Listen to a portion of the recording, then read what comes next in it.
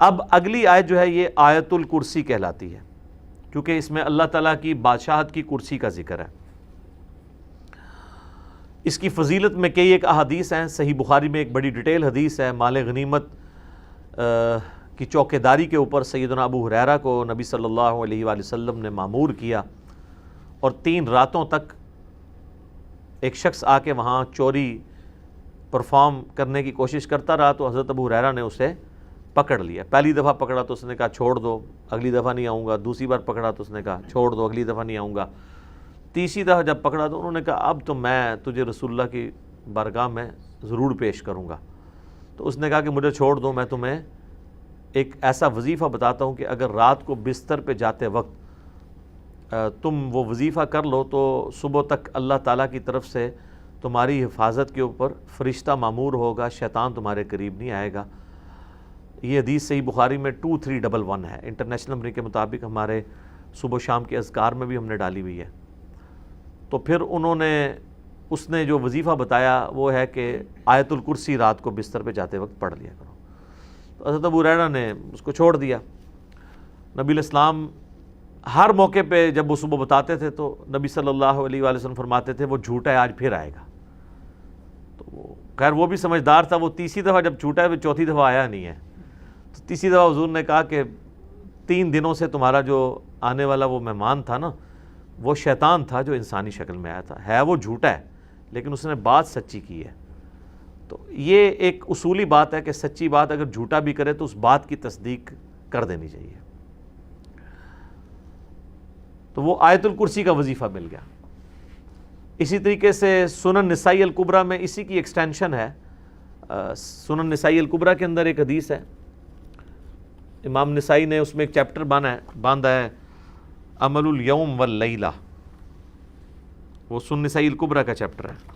اس میں international number کے مطابق ہے یہ 8017 نمبر حدیث، حاکم میں بھی موجود ہے اس کا کچھ حصہ 2064، کہ جو شخص صبح کے وقت آیت الکرسی پڑھ لے شام تک وہ اللہ کی حفاظت میں رہتا ہے شیاطین سے، جنات سے، اور جو شام کے وقت ایک دفعہ آیت الکرسی پڑھ لے صبح تک حفاظت میں رہتا ہے۔ تو یہ اللہ کا شکر ہے کہ جو لوگ فجر اور مغرب کی نماز پڑھ رہے ہیں وہ آٹومیٹکلی آیت الکرسی پڑھ لیتے ہیں۔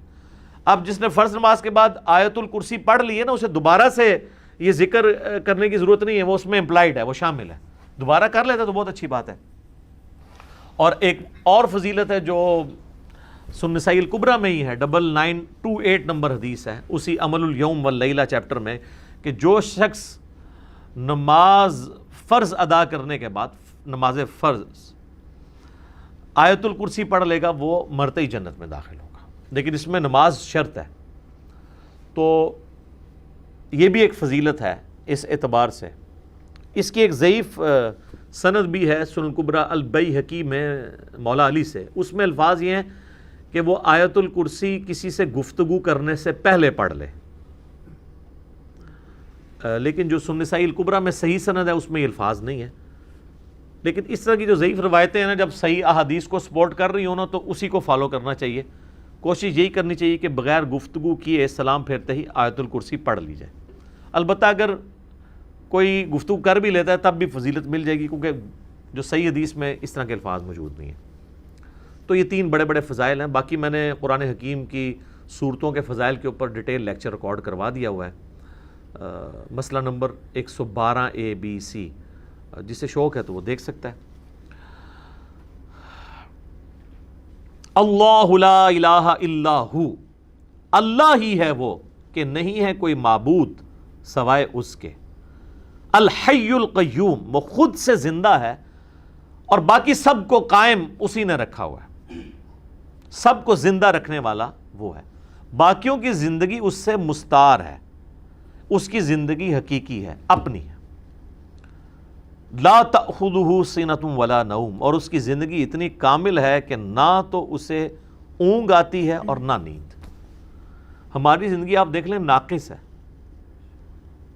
ہم 24 گھنٹے کے اندر ایک دفعہ ضرور مر جاتے ہیں۔ موت نیند کی بہن ہے نا، اسی لیے آپ دیکھیں آپ کو جو رات کو سونے کی دعا سکھائی گئی ہے صحیح بخاری میں، اللہم بسمک اموت و احیا، اور اللہم باسمک اموت و احیا، دونوں الفاظ درست ہیں۔ تیرے نام سے زندہ ہوتا ہوں اور مرتا ہوں. اور صحیح بخاری میں جو صبح اٹھنے کی دعا ہے وہ تو ہے ہی ہے, اس میں تو ڈائریکٹ کلیئر ہو گیا. یہاں تو پھر بھی کوئی کہہ سکتا ہے کہ ایمبیگوٹی ہے کہ یہ اس نیند کا بھی ذکر نہیں ہے, لیکن اس میں تو واضح ذکر ہے الحمدللہ الذی احیانی بعد ما اماتنی, یا احیانا بعد ما اماتنا, جمع کے سیغے سے ہو, وَإِلَيْهِ النُّشُورُ. تمام تعریفیں اس ذات کے لیے جس نے ہمیں مرنے کے بعد دوبارہ زندہ کر لیا. پھر سورہ الزمر میں بھی آتا ہے کہ اللہ تعالیٰ ہی ہے جو رات کو جب تم سوتے ہو تو تمہارے نفس کو قبض کر لیتا ہے, پھر جس کو اپنے پاس رکھنا ہوتا ہے اسے روک لیتا ہے, جس کی باقی ہوتی ہے اس کو دوبارہ واپس بھیج دیتا ہے. تو نیند بھی موت کی ایک فارم ہے. ہماری جو زندگی ہے وہ بھی ناقص ہے, ہم ڈیپینڈنٹ ہیں اللہ کے اوپر اس اعتبار سے کہ جب چاہے وہ سانس روک لے, اور اس اعتبار سے بھی کہ 24 گھنٹے میں ہمیں ایک دفعہ سونا ہی پڑتا ہے, ادروائز آپ اگلے 24 گھنٹے. دنیا کا ذہین ترین آدمی, دنیا کا طاقتور ترین آدمی کتنے گھنٹے جاگ سکتا ہے؟ یہ بزرگ جو جاگتے رہے ہیں نا 1-1 سال یا 2-2 سال, کہانیاں نے, کوئی نہیں اٹھ جاگ دے. جس کو ہے نا اس کو لے کے ہیں جاگ کے بتائے کوئی. اور کہتے ہیں جناب 3 سال تک کھایا پیا نہیں ہے. اس کے ساتھ اس کہانی کو کمپلیٹ کیا کریں, ساتھ یہ بھی کہا کریں کہ نہ کھادا پیتا نہ پیشاب کیتا, کیونکہ اگر کھایا پیا نہیں ہے تو پیشاب تو کھانے پینے کے ساتھ ہے نا. آپ کھانا پینا چھوڑ دیں پیشاب ختم ہو جائے گا. یہ ساتھ کیوں نہیں کہتے ہیں کہ 3 سال تک پیشاب بھی نہیں کیا, اور پھر اس طرح کا بندہ لے کے آنا ہے, اس کا جو ہم کریں گے نا وہ ہماری ویڈیوز میں ریکارڈ ہے, آج چھوڑ دیں. لہو ما فی السماوات و ما فی الارض. اچھا دوسرا ہے نیند نہیں آئے گی اور اس سے اونگ بھی نہیں آتی, یعنی اتنی کامل زندگی ہے کہ ایک لمحے کے لیے بھی جھٹکا نہیں آتا. لہو ما فی السماوات و ما فی الارض, اسی کے لیے ہے آسمانوں اور زمین کی بادشاہی. اچھا آسمان ہمیشہ جمع کے سیغے کے ساتھ آتے ہیں, زمین سنگولر کے سیغے کے ساتھ, سوائے ایک پارہ نمبر 28 کے اندر کہ اللہ نے 7 آسمان پیدا کیا اور اس کے مثل زمینیں بھی. چونکہ یہ اللہ تعالیٰ کی طرف سے ایک میریکل پلانٹ ہے روئے ارض, زندگی ابھی تک یہیں پہ دریافت ہوئی ہے جس زندگی کو ہم جانتے ہیں, اس لیے اللہ تعالیٰ اسپیشلی اس کا ذکر کرتا ہے. تو قرآن میں جب بھی آئے نا کہ آسمانوں اور زمین کی بادشاہت سے مراد پوری کائنات. من ذا الذی یشفع عندہ الا باذنہ, کس کی جرأت ہے کہ اللہ کے حضور کسی کی شفاعت اور سفارش کر سکے سوائے اس کے اذن کے. ظاہر ہے کسی کی جرأت نہیں ہے. دنیا میں سفارش یہ ہوتی ہے کہ کسی شریف آدمی کو پکڑ کے پولیس لے گئی ہے تو ایک وہاں کا بڑا آدمی جا کے سفارش کرتا ہے کہ جی آپ کو غلط فہمی ہوئی ہے, میں اسے شروع سے جانتا ہوں, بڑا شریف آدمی ہے. اب اللہ کو اس طرح کی سفارش تو کوئی نہیں کر سکتا کہ یا اللہ آپ کو غلط فہمی ہوئی ہے, بندہ غلط پکڑ لیا آپ نے, نہیں, ایسے تو ہو ہی نہیں سکتا. اسی لیے اللہ نے کہا کہ اس کی جرأت ہے کہ مجھے کہے, مجھے سفارش کرے کسی کی, کہ میرے کہنے سے نہیں. تو اب آپ دیکھ لیں بابوں کے بارے میں وہ دھونس کے عقیدے جو رکھے ہوئے ہیں, اسی تو آپ کو قرآن نہیں پڑھنے دیتے. جس نے یہ آیت پڑھنی ہے اس نے کہنا ہے کہ بابا کتوں آ گیا, اتنے کوئی بھی کھنگڑ نہیں دینا اللہ نے سوائے جس کو اذن دیا ہے محمد رسول اللہ صلی اللہ علیہ وآلہ وسلم. اور وہ بھی ایک پوری دردناک حدیث ہے بخاری مسلم میں, حدیث شفاعت, وہ یوٹیوب پہ میرا کلپ دیکھ لیں, شفاعت رسول صلی اللہ علیہ وآلہ وسلم کا عقیدہ. یعلم ما بین ایدیہم وما خلفہم, وہ جانتا ہے جو ان سے پہلے ہو چکا جو ان کے بعد ہونے والا. یعنی اللہ تعالیٰ ہمارا جس کی سفارش تم میرے پاس لے کے آؤ گے نا, مجھے پتا ہے اس نے پہلے کیا کیا اور آندہ کیا کرنا ہے, مجھے بتا رہے ہو.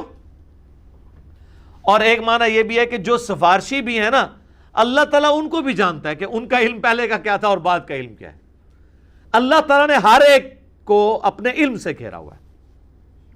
وَلَا يُحِيطُونَ بِشَيْءٍ مِّنْ عِلْمِهِ إِلَّا بِمَا شَاءَ, اللہ کے علم کو کوئی نہیں گھیر سکتا سوائے اللہ تعالیٰ جس کے لیے چاہے تو اس کے اوپر کوئی علم آشکار کر لے.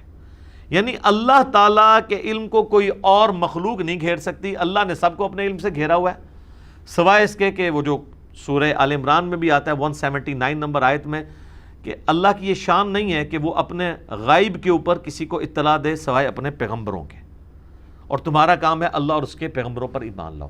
پیغمبر وہ ہستی ہوتی ہے کہ جس کو اللہ تعالیٰ غیب کی خبریں دیتا ہے, غیب کا علم دیتا ہے اتنا جتنا اس کے لیے پسند فرماتا ہے. علم الغیب کے اوپر میرا مسئلہ نمبر 6A اور 6B آپ دیکھ سکتے ہیں, وہ ڈیٹیل ٹاپک ہے. تو جتنا جس کے لیے چاہتا ہے اللہ ظاہر فرماتا ہے, اور جس کے لیے نہیں چاہتا ظاہر نہیں فرماتا۔ اچھا، یہ اب بعض علم الغیب ایسے ہیں جو اللہ تعالیٰ نے انبیاء کرام کو دیے ہیں، اور بعض یہ ہیں جو ہمارے اعتبار سے وہ آپ سمجھ لیں ان سین علم ہے، لیکن چونکہ وہ فزیکل ورلڈ کے ساتھ تعلق رکھتے ہیں اس لیے ہم اس کو علم الغیب کا لفظ تو نہیں بول سکتے، لیکن چھپے علوم ہیں، جیسے سائنٹیفک جو بڑے بڑے راز ہیں اس کائنات کے، وہ لوگوں نے دریافت کیے ہیں۔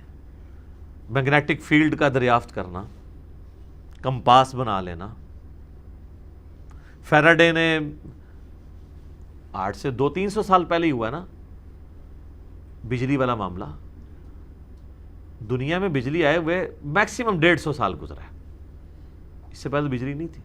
تو ایک انسان پہ اللہ نے راز کھولا ہے نا کہ اگر کسی کنڈکٹر کو میگنیٹک فیلڈ کے اندر موو کیا جائے تو اس میں وولٹیج پیدا ہو جاتی ہے، ای ایم ایف انڈیوس ہو جاتی ہے۔ یہ فیراڈے کو اللہ نے راز سمجھا دیا نا، نیوٹن کو کئی ایک چیزیں باتیں سمجھا دی، آئنسٹائن کو سمجھا دی، تیل زمین سے نکل آیا، گھڑی بنا لی، اتنی ساری چیزیں ہیں، جہاز بنا لیے، جیٹ انجن بنا لیے۔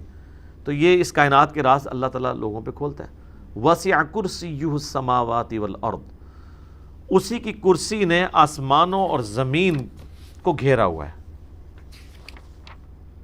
ولا یؤودہ حفظہما، اور اللہ تعالیٰ کو زمین و آسمان کی حفاظت کرنا کوئی مشکل نہیں ہے، تھکا نہیں دیتی یہ چیز۔ وہو العلی العظیم، اور وہ بہت بلند ہے اور عظمت والا ہے۔ اچھا، یہاں کرسی عین ممکن ہے کہ کوئی فزیکل کرسی ایگزسٹ کرتی ہے، اور عین ممکن ہے کہ یہ بات محاورتاً ہو رہی ہے کہ اللہ تعالیٰ کی بادشاہت اس سے مراد ہو، کیونکہ قرآن میں کئی ایک چیزیں محاورتاً بھی استعمال ہوئی ہیں۔ اس کے اوپر یہ جو اہل حدیث کی طرف سے جہمی ہونے کا فتویٰ فوراً لگا دیتے ہیں، یہ غلط ہے۔ بعض جگہ وہ خود بھی تعویلات کر رہے ہوتے ہیں، جیسے سورہ قصص کے اینڈ پہ آتا ہے کہ ہر چیز کو فنا ہے سوائے اللہ کے چہرے کے، تو سارے اہل حدیثوں نے ترجمہ کیا ہے یہاں چہرے سے مراد اللہ کی ذات ہے، تو تعویل تو وہ بھی کر رہے ہیں۔ یا قیامت والے دن اللہ کے سائے کے سوا کوئی اور سایہ نہیں ہوگا، 7 لوگ اس سائے کے نیچے ہوں گے، بخاری مسلم میں آتا ہے، تو وہاں اہل حدیث بھی کہتے ہیں یہاں مراد عرش کا سایہ، اللہ کا سایہ مراد نہیں۔ تو اس طریقے سے اگر کوئی تعویل کرتا ہے اس طرح کے معاملات میں، جہاں پہ ممکن ہو، جہاں پہ ممکن نہ ہو وہاں پہ نہیں کرنی چاہیے۔ مولانا مودودی تو دونوں طرف گئے ہیں کہ عین ممکن ہے کرسی ہو، اور عین ممکن ہے کہ اس سے مراد ایک محاورتاً بات ہو کہ اللہ کی بادشاہی نے گھیر رکھا ہے ہر چیز کو، اور اس کی یعنی صرف اللہ تعالیٰ نے یہ بنا کے مخلوق چھوڑ نہیں دی، بلکہ اس کی حفاظت بھی اپنے ذمہ لی ہوئی ہے۔ اور وہ ایسی حفاظت نہیں ہے کہ کوئی اللہ تعالیٰ کو مصروف ہو گیا کہ اتنی مخلوقات پیدا کر کے اب کیا کرے گا وہ، ایسا نہیں ہے، بلکہ وہ اللہ تعالیٰ نے پہ کوئی گرا نہیں ہے اس کی۔ وہ تو سورۃ الانعام میں ہے کہ زمین کی گہرائیوں میں کوئی دانہ نہیں پھوٹتا، نہ زمین کے اوپر نہ سمندروں میں کوئی پتا بھی گرتا ہے مگر اس کے علم سے، اور اتنا کامل علم ہے کہ اللہ نے یہ سب کچھ ہونے سے پہلے ہی لوح محفوظ میں لکھ لیا ہے۔ تو ایک ڈیٹیل طلب ٹاپک ہے۔ وَهُوَ الْعَلِيُّ الْعَظِيمُ، اور وہ بلند ہے اور عظمت والا ہے۔ اب یہاں پہ ایک اللہ کا نام بھی آ گیا علی، علی یون، تو مخلوق میں کسی کا نام ہو سکتا ہے، یہ ہے العلی، جب الف لام سے ہوگا تو دی علی خاص ہو جائے گا۔ رحمان تو کوئی بھی ہو سکتا ہے، الرحمن اللہ ہے، رؤوف کوئی بھی ہو سکتا ہے، نبی علیہ السلام کے لیے ہے بالمؤمنین رؤوف الرحیم، لیکن الرؤوف اور الرحیم اللہ ہے۔ صرف رؤوف اور رحیم سورہ التوبہ کی آخری آیات میں نبی علیہ السلام کے لیے بھی ہے۔ تو یہاں پہ بھی علی سے مراد بلند، عظمت والا، یعنی اللہ تعالیٰ اپنے عرش پہ مستوی ہے جیسا کہ اس کی شان کے لائق ہے، اور اپنی شان کے اعتبار سے بھی بلند ہے۔ تو اب یہ آیت الکرسی پہ تو گھنٹوں بولا جا سکتا تھا، میں نے اتنا حصہ کور کیا ہے جتنا ایک عام بندے کی ضرورت ہے، کیونکہ آپ سمجھیں کہ قرآن حکیم میں جتنی بھی آیات اللہ تعالیٰ کی اسماء و صفات کے اعتبار سے یا اس کی قدرتوں اور شانوں کے اعتبار سے آئیں گی، آلموسٹ ان کی جڑ جو ہے وہ آیت الکرسی کے اندر موجود ہے۔ تو یہ اس پہ تو گھنٹوں بولا جا سکتا ہے، لیکن جتنی میں نے اجمالاً اس کی تفسیر بیان کر دی ہے اس تفسیر کلاس کے اندر اتنی کافی ہے۔ باقی تو جیسے جیسے اللہ تعالیٰ کی شانوں کا ذکر بیچ میں آتا چلا جائے گا وہ انشاءاللہ تعالیٰ ہم اس کو کور کرتے جائیں گے۔ اللہ تعالیٰ سے دعا ہے جو حق بات میں نے کہی اللہ تعالیٰ ہمارے دلوں میں راسخ فرما دے۔ اگر جذبات میں میرے منہ سے کوئی غلط بات نکل گئی تو اللہ تعالیٰ ہمارے دلوں سے اسے محو کر دے، دور کر دے، ہمیں معاف بھی فرما دے، ہمیں کتاب و سنت کی تعلیمات پر عمل کر کے دوسرے بھائیوں تک پہنچانے کی توفیق عطا فرمائے۔ سبحانک اللہم و بحمدک، اشہد ان لا الہ الا انت، استغفرک و اتوب الیک، وما علینا الا البلاغ المبین۔ جزاکم اللہ خیر۔